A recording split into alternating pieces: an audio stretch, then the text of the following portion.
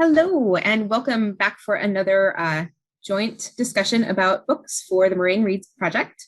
I'm Hannah Carlton, a librarian at Moraine Valley, and I'm here with...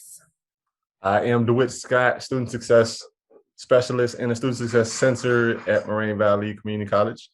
And we are doing what we love to do, which is talk about books as two book nerds who are unapologetic about our book nerdiness. So, and today is a special topic because it is a topic that is near and dear to Hannah's heart and a topic that I enjoy, which is poetry. So we're going to talk about our best poetry picks or poetry books that we own. So we're going to get right into it. And I am going to start with you, Hannah. Let us know, how did you become such a lover of poetry? When did this take place? Why? And, so does guide us from the beginning stages of your poetry love. Yeah, my journey through poetry, to poetry, with poetry. I don't know. Yeah. Okay, so so first of all, I did my bachelor's at the University of Iowa, and the University of Iowa has a wonderful MFA program called the Iowa Writers Workshop. And so as a result of this, or kind of, built up around this, there's this amazing culture and history of writers visiting and giving readings in Iowa City at the university and also kind of in places around. It is, in fact, it has been named by the United Nations as a city of literature, which I don't know, what does that actually mean? But in practicality, it means lots of writers come to read there. That's one of the things. So the story of this is I went to lots of poetry readings or readings generally. And one of the readings I went to was by this poet I had never heard of before, called Natasha Trethewey. Okay. And if anyone's heard of Natasha Trethewey, this was before she was named US Poet Laureate. So it was before she kind of went super mainstream. Whereas mainstream as poets get, I mean, poets do get sort of mainstream, but underground mainstream. Right. Yeah. So I got to hear her read, and she read poems from her Pulitzer Prize winning collection, Native Guard. Okay. So I went out and bought her book, and I was hooked, and it kind of just spiraled from there. And I read a lot of poetry. So what I loved about hearing Natasha Trethewey read, and then what I loved about her poetry generally, there's something very, well, okay, so first of all, I would term this, or much of her poetry, to be what is called confessional poetry, which means it touches on something personal that happened to the poet. And I tend to like confessional poetry. I find it very compelling. And I like to kind of follow the emotions that a poet talks about and explores in a poem. That's something that I find very powerful, and I connect to very well. So, and I'll talk about that again later, because the next poet I want to talk about is very well known for confessional poetry. But Natasha Trethewey does a lot of that, and I like that. She explores very deep emotion in her poems. In this collection particularly, she deals with the death of her mother, who died violently, suddenly, very tragically, and in Trethewey's presence. So it's a very kind of traumatic experience that she works through in this a little bit. And we're kind of getting a little bit into like who Natasha Trethewey is as a person and a poet, which I think are connected, and you can't really separate them, or you shouldn't in this case. But this book is so interesting because it looks at a couple of different ways where like things that are like written between the lines come up in Trethewey's life and experience. So it starts off with like looking at her mother and kind of things that the experience of grief, and how that, I don't know how to say it exactly, but it's like it's not always what you would expect, or it doesn't always. And then it kind of moves into looking at, there's this long poem that is this African-American, a freed slave who joins the Union Army in the Civil War. And he's writing a poem in between the lines of another text. So there's this idea of intertextuality within this poem that I just think is fascinating. And then kind of the next section, kind of connecting all of this from Natasha Trethewey's like experience of her mother's death to this soldier, this freed slave who's now a soldier for the Union Army. And then in the third section, you get so the history of Natasha, kind of where this is going. So Natasha Trethewey, her mother is African-American, her father is white. And they were married in Ohio, but then came back to Mississippi when it was illegal.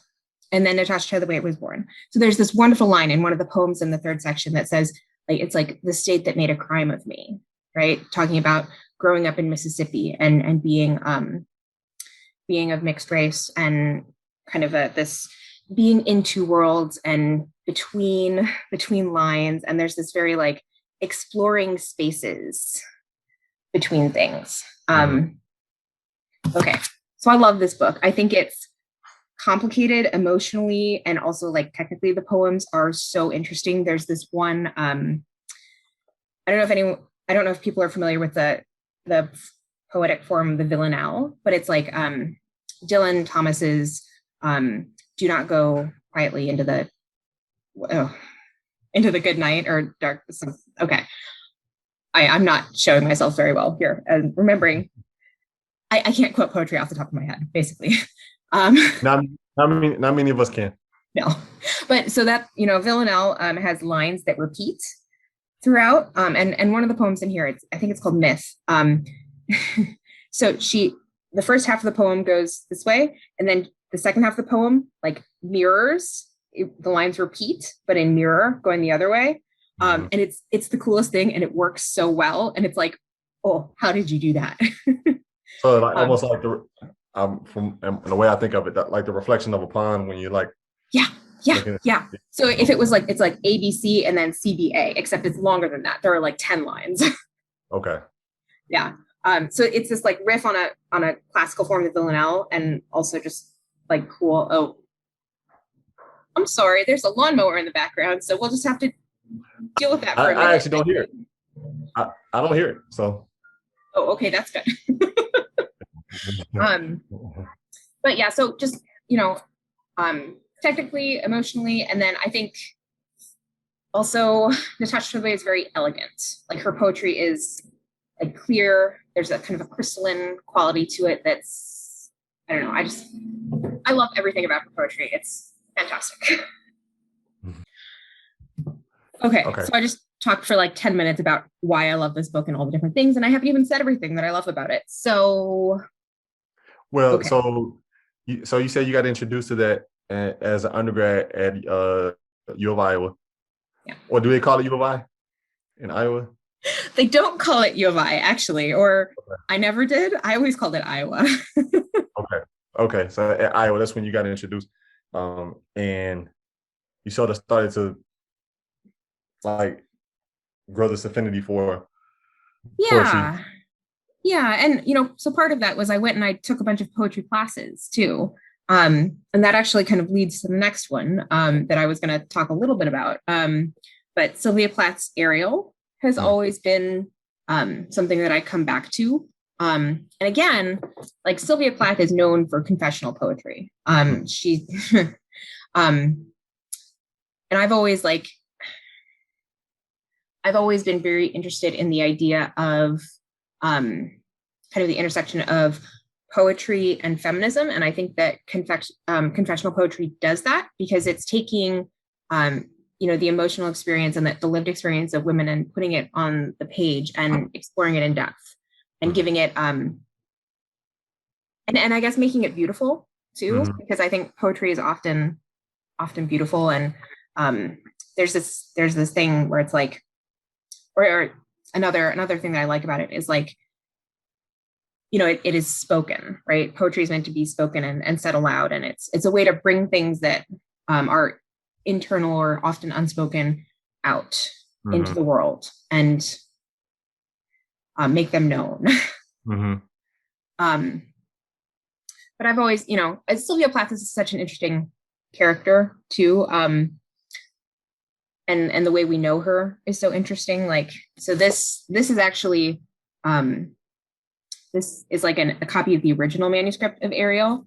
And so Sylvia Plath was married to another poet, a British poet named Ted Hughes. And he, after she died, he did kind of a lot of arranging, and he had some control over how her work was distributed. So there's been some kind of rediscovering of or representing of a lot of Sylvia Plath's work recently.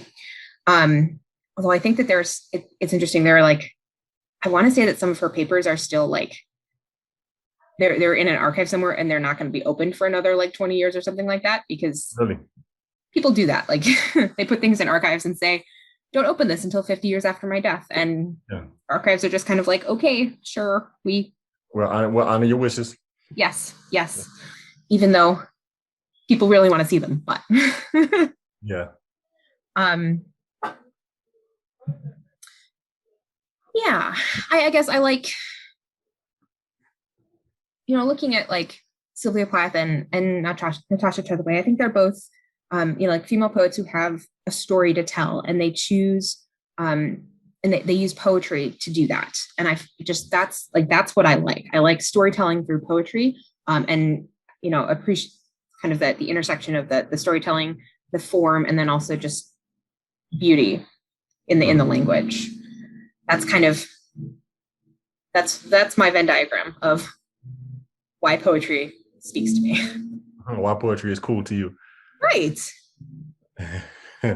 Oh, okay. Well, I think I've rambled on a little bit longer than I meant to, but let's turn it over to you. So Dewitt, how did you discover poetry? What is the beginning and your poetry journey? So my poetry journey is similar to yours. It begins in undergrad. When I was a student, way before you. I was an undergrad student when you were in the second grade. And I was a student. I was in college in the state of Indiana, at a school. So it was a hybrid school, Indiana University, Purdue University at Fort Wayne. If it makes sense. So it was IU and Purdue. They came together to make this school, and they put it in Fort Wayne, Indiana. Now, people know our sister school, IUPUI, very well. As people call it Uipui. But it was the same school, except it was in Fort Wayne, Indiana. Long story short, I was there, and I had never read poetry before. I'd never been into poetry as a teenager or any of that. And like most of my reading journey, I've shared on Moraine Reads. I've actually shared in author interview here. It began with Hakeem Madabouti. I came across his books, his essays. I came across his essays, and I loved his essays, and I loved his books, his nonfiction work. And digging into his background, I learned that he was actually more of a poet than he was a writer. So because I loved his writing so much, and I had met him, and I was like, well, I like his writing. I like who he seems to be. I'll give his poetry a try. And then from that point, that's when I started to pick up poetry. Right now, what I will say, I'm not the deep poetry lover that you are. So I'm not. My shelves behind me, they're probably 2 to 3% poetry. But it began there with Hakeem Madabouti. So, and he has a lot of books, a lot of poetry books. Even if, for those who have seen the interview that I did with him a few months ago, that was his latest book called Talk by Women. So out of all of the books that he's written that I've read, well over, I want to say over 20 books of poetry. One of my favorite is this one here. It's called Run Toward Fear. And the title itself, and I'll sort of, he has a poem sort of titled Run Toward Fear. But the idea itself is that those who are change makers, particularly poets and artists of the world, you have a responsibility to dive head first into the things that scare you. And that's where the title comes from. He sort of, his mantra has always been that it will be the ideas of the artists and the creators who change the world and who push things forward. But you can't do that if you're not willing to go into the space that is very contentious and expose it, or examine it, expose it, and then destroy it in order to remake something new. So that this one here, one of the best. He has a number of them: Don't Cry, Scream, Liberation Narratives, as I said, Talk About Women, Earthquakes and Sunrise Missions, a gang of titles, right?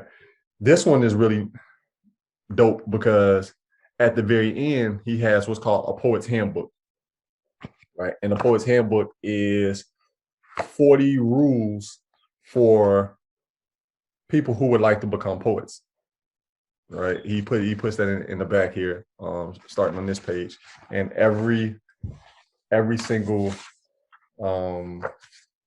every single, he says, a rule number 1, number 2, number 3, all the way to 40. And I found that really cool. I find it very cool because you love to see people who have mastered their craft give up the success secrets. And he did it for essentially $12, right? And when we talk about the value of these works, right, they far exceed the price. So reading his book, and I'm just very briefly going to read the Run Toward Fear poem. Or it's titled Fear. It says, "It is the poets who run toward fear. They are what we read, think, and speak, fighting for greater possibilities than the words of tabloids and broadsheets where Texas and London compare notes as cries of 9/11 loudly emerge out of context, connected to dust on the throats of authority and might disguise as camouflage revenge in the night for small heeds of an imperial news speak," right? And then it goes on and on. But the idea is, because since I got into his sort of poetry and it aligns with a lot of what I read, all of the poetry that I have read, it has this very aggressive tone, right? It is very change the world, push back, push the envelope, fight the power sort of poetry. And that's just the type of poetry that I've been into. So, and not just the poetry, all of the books, I'm so serious. My wife tells me all the time, I'm either serious or goofy, like there's no middle line. So all of my poetry is very serious, like it's very tackle this particular important challenge, usually large critiques or serious critiques of American policy, American history, American culture. But it doesn't stop there. It's the critique, but it's also the artist or the poet, whoever it is, the poet, detailing a way forward that's better, right? Rather than just be a news reporter to say these are the ills of what's being faced or what we're facing. They go a step further in all of their works to say, okay, as a poet, it is my job to show you what a brighter possibility should be. And that's what Madabooty does best in all of his works. But this one here, and I want to read, I'm sorry, as I talk over and over, I want to read one of the rules of his handbook. I forget which one it was. I had just had it.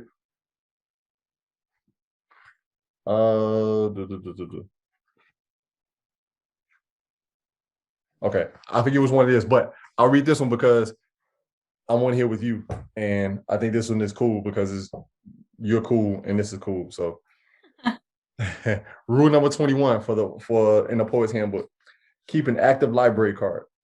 An excellent free library is in a poet's community is the best medicine for neutralizing ignorance. Free public libraries are also good environments in which to write if one doesn't have a quiet home in which to work. Most of all, libraries represent vast possibilities of acquiring knowledge, and libraries are anti-ignorance. Right? That's one of the 40. That's just one taste of the rules. He has 40 rules like that. Like that's just, you know what I mean. So if you pay $12 for this book, just the rules alone are far worth $12. that library one is worth far more than $12. Right. And the whole, especially, I mean, this was published 2004. So the times are different, right? 17 years ago? God, 17 years ago, right? But the idea of promoting the library as a space of anti-ignorance, at the Free Public Library as a space for growth, as a space not just for silence, but as just a physical space for someone to go and fight the anti-intellectualism of not just America, but the world. Yeah. That is advice and things that you don't hear in our social media, fast-paced information all over the place, right? Why would I go to the library? I have Google. Why would I go to the library? I have Twitter. I have, right? And it's, you know, and you and I, we talked about this off camera, right? The idea of being in the space and be able to look through shelves and find what you didn't know you needed to find, right? Just as instructing poets that is a place that you need to be, even if you're not on the shelves, just in the space that you can do work and the environment that it brings in, right?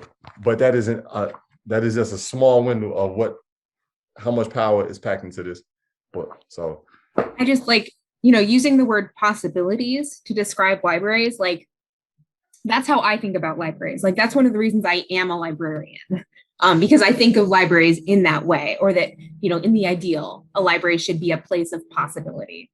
So like that, like you have convinced me to go out and get that book, Dewitt.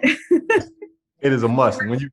Or to get it from my local library. Or to get it from your local library, right? Exactly. To get it from your local library, or yes, to own it. Or, I mean, you, as a poetry lover, you would love it. Like I said, purely from the handbook in the back. Those 40 rules are just so invaluable, along with the hard-hitting poetry at the front of the book.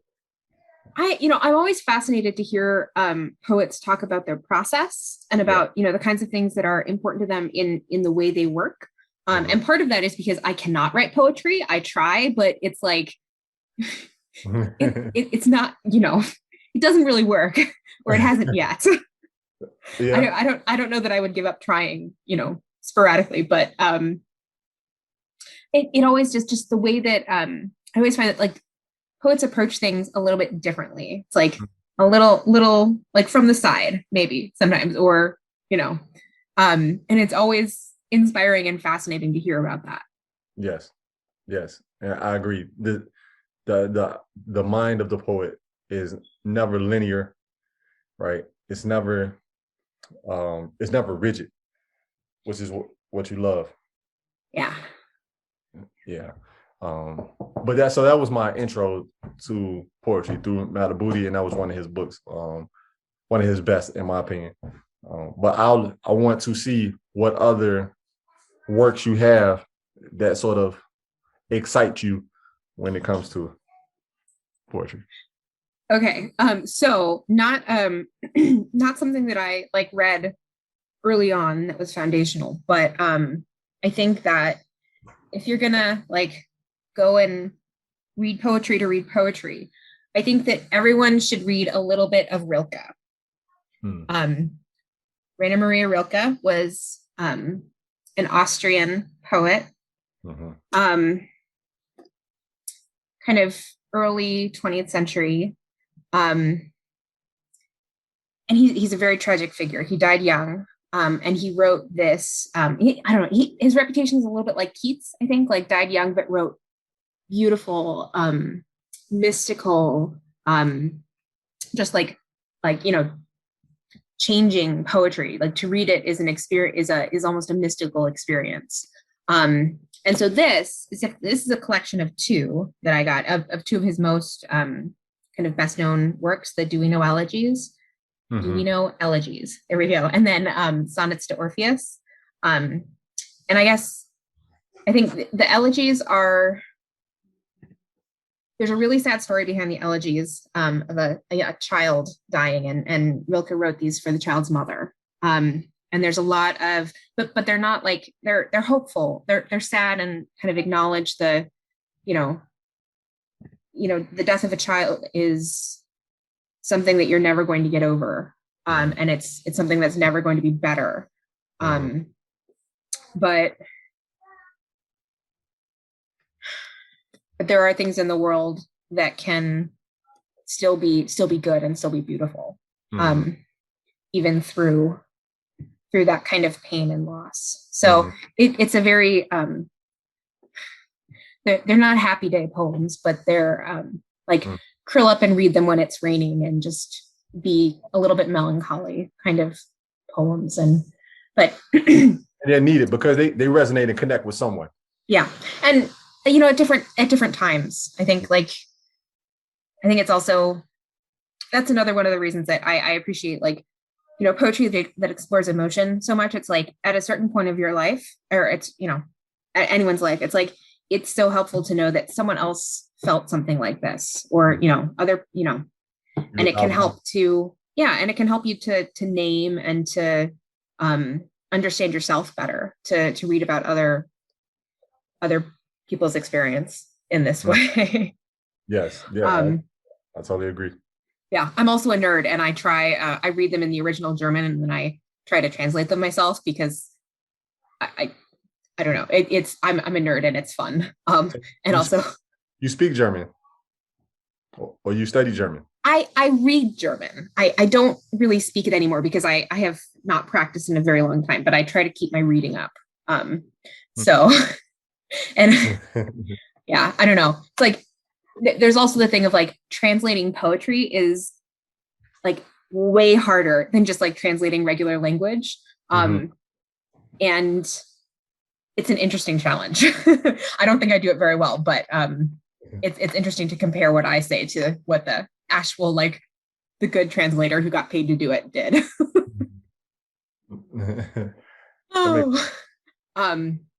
Okay, and then I had one.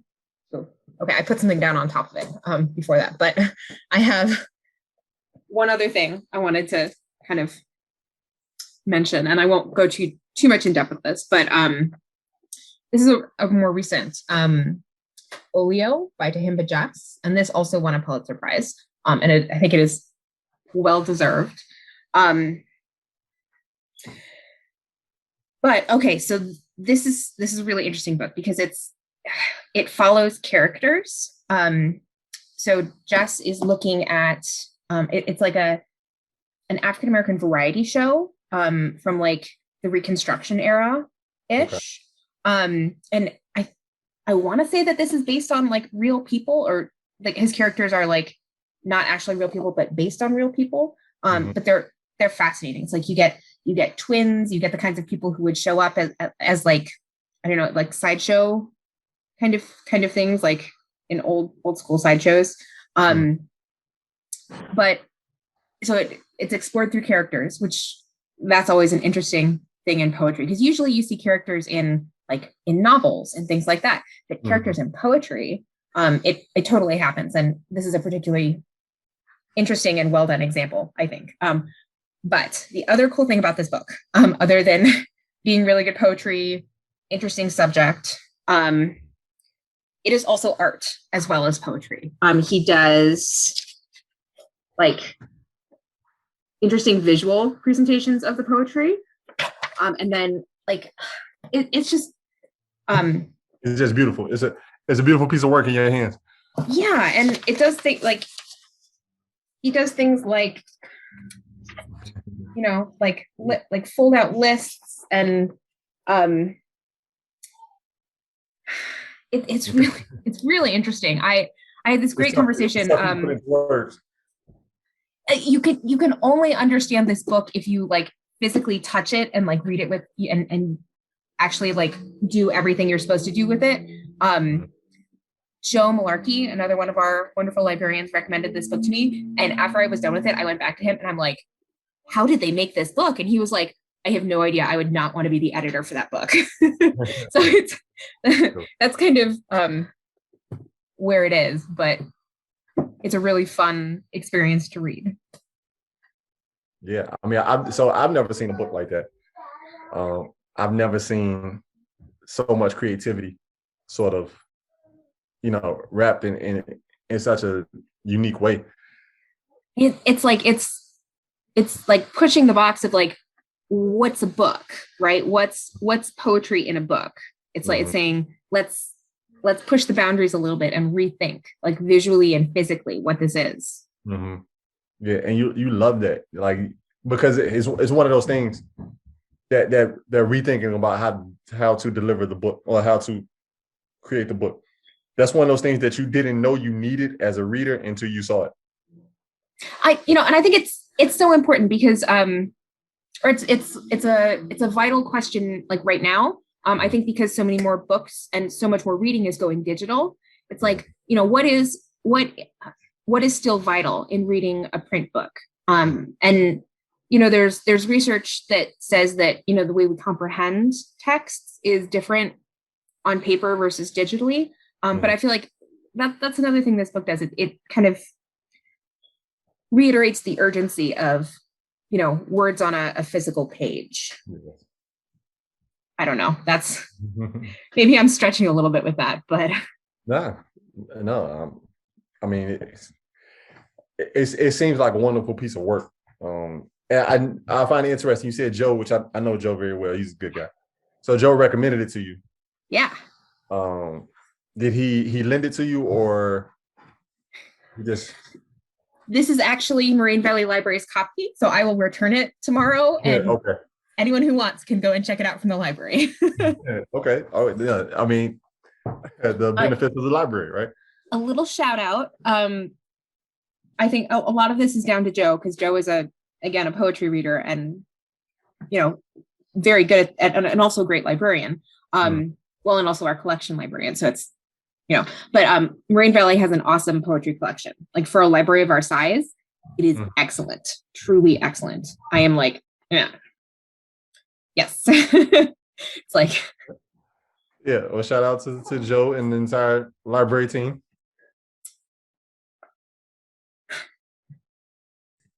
Well, Dewitt, do you have any other kind of other books to share, to talk about, that are interesting, or that? Yes, as I get my daughter out of the bottom screen. That's okay. Please forgive me. I'm gonna mute as she leaves the room. Okay.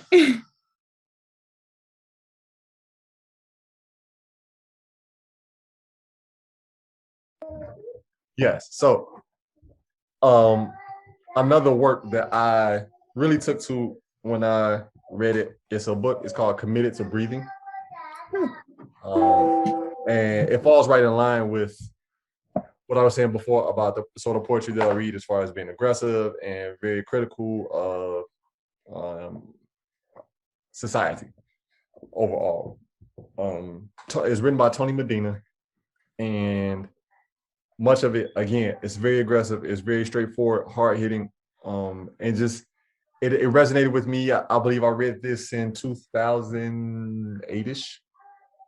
I can't remember, 2008-ish, I remember. I was reading it, and I sort of just picked it up on a whim because it was recommended, much like what Joe did for you. Someone recommended it. So I said, okay, I'll give it a try. It then became one of those things like I just couldn't put down. And I think what I liked most about it, again, this is 2007-ish, 2008-ish, if I remember correctly. The book is broken up into sections, right? But the very first section is a section called Diallo. And Diallo is the last name of Amadou Diallo, which was a young man who was unarmed but shot and killed by the police in 1999 in New York. He was on his doorstep, on his porch, and the police said that they thought that he had a weapon, which is really his wallet, and he was killed. And it was a national story, but this was before the social media time, before the hashtag time. So it was a story that didn't take off like now. Like now, something happens and within 48 hours, it's a national thing.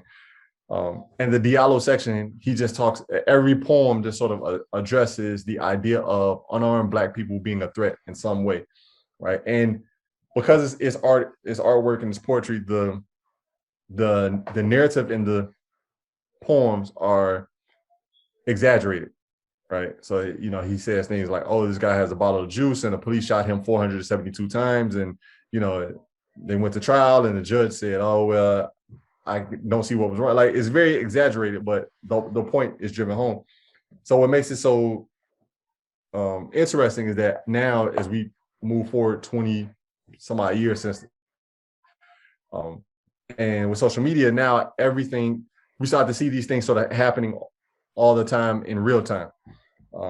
And the Diallo shooting actually was like the precursor, right, to that. Before that, there weren't many publicized incidents. Diallo was the first publicized incident leading into the 21st century, and then things took off from there.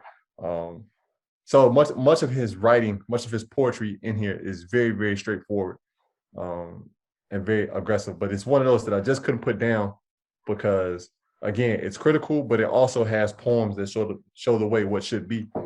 So I really enjoyed it, and I always recommend it when people ask me about poetry work that is sort of political. Yeah, well, and so that makes me think about, there's a book that came out 5 or 6 years ago, I think, but it's by a poet called Claudia Rankine. Right. Citizen, a lyric. It reminds me a lot of, or it sounds to me like it's along those lines. Yeah. Yeah, I haven't read Citizen. I've heard great things about it. Highly recommend. But again, it's. I think Claudia Rankine wrote that after Ferguson, okay. And it's like, again, using it's a new, another kind of example of poetry used to try and make sense of something that is senseless. Yeah. I had a particular one I wanted to read. Again, obviously I can't find it, but just some of the titles of the poem, of the poems, right? How to Become a United States Citizen, and where he talks about what it means to be patriotic, right? In a very sort of in a way that's sort of satire. My Skin is a Target Study. I Live in the Ghetto. In Search of Saddam Hussein, right? And he talks about Bombay, India, Somalia, just things that happen on the African continent. So it's it's a critique of essentially the Western world's treatment of, those who are most vulnerable. But it is really great in terms of hitting or getting a reader to sort of think about some of these things differently. So I see it as a challenge. The entire book is one big challenge, and I really, really did enjoy it. I love that you're describing like poetry as aggressive, because I think that's not a word that people would associate with poetry very often, but I think it like a lot of poetry is, and not just like, I think a lot of poetry is challenging, even if it, like, like a lot of, I think, Natasha Trethewey's poetry is challenging. It's very challenging, like a direct challenge to, in Native Guard. I think she's pushing back a lot at like kind of the idea of the South and Mississippi and what that, and using her experience, or the not great experiences she had growing up, to reveal like some of the systemic, the systemic injustices that persist. And but it's not a comfortable read. Like that's kind of, it's bringing, like, poetry is not a place of comfort. Yeah.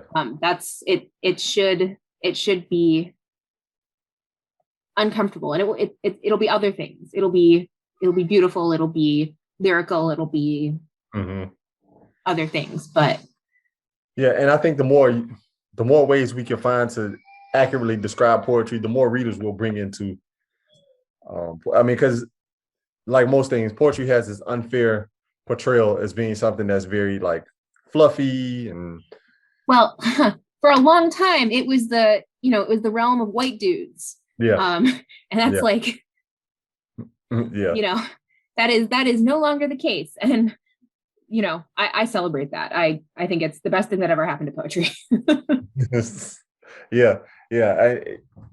And you're right. It always seen as a realm of, like you say, white guys and, these really deep intellectual white guys who have like white hair and these deep beards and like smoke a pipe. If we see poetry as something much broader, like we can bring in different people at an earlier age, right? Like just for me to start in undergrad, like once I got into it, I was like, look how much I've missed, right? And even, just speaking from a male perspective, we've always taught that poetry is very feminine, right? It's a feminine thing, or it's something that's done like in these really like dark nightclubs where you do it to woo women. And it's like, man, you can have things that challenge the state, right? Or you can have things that, talk about libraries, or it's not always this, Love Jones type of, oh, I'm a poet because I wear, what's the beret? Berets or Yeah, I wear the beret. And if I that's if you read poetry, but the whole stigma, if I write poetry, then I'm very cool, but I'm broke for my entire life. Right? There's no way I'm I have to live off one meal a day, but I do it because I'm a starving artist. And I don't know how these narratives began, but they're so limiting, and they limit people who are like, I don't want to be a part of that. Yeah. It's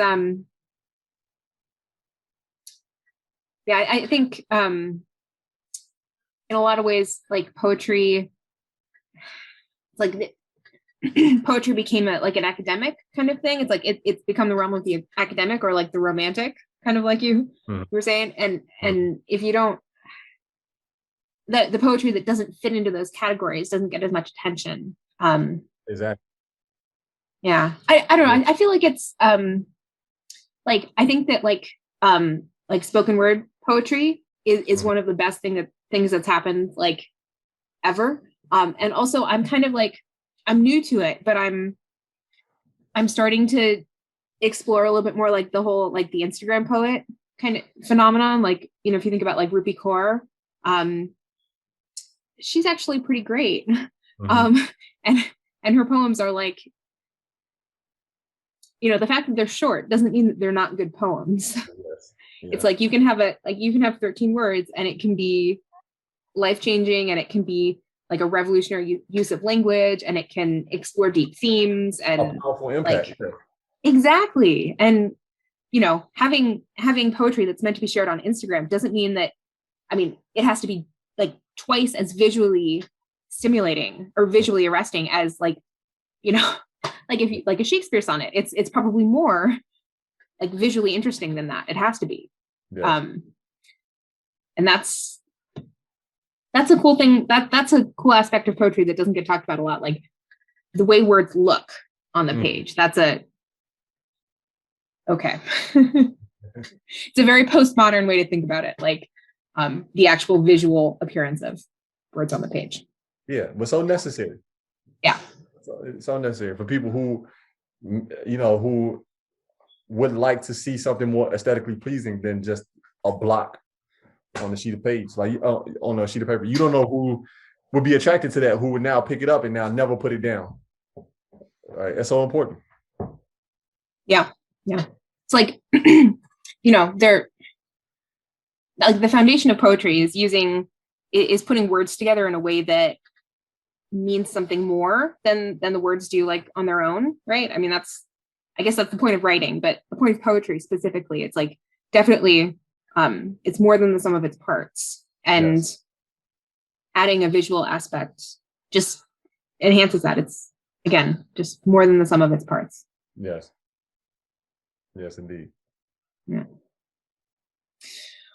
Well, I feel like we've had a good poetry discussion. Yes, we have. It's been pretty great.